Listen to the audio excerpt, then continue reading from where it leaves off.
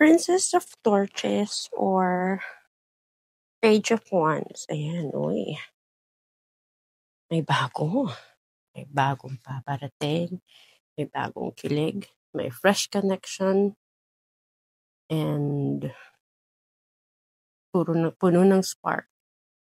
Puro spark. Pero tandaan nyo, hindi lahat ng spark apoy agad. Minsan, ito yung mga panandalian lang.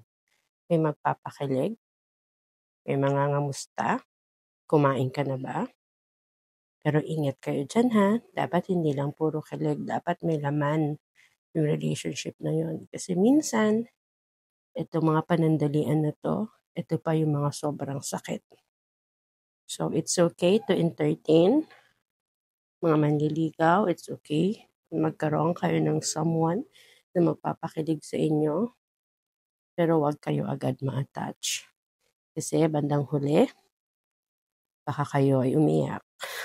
So, hindi tukulam, reading lang. Bye-bye!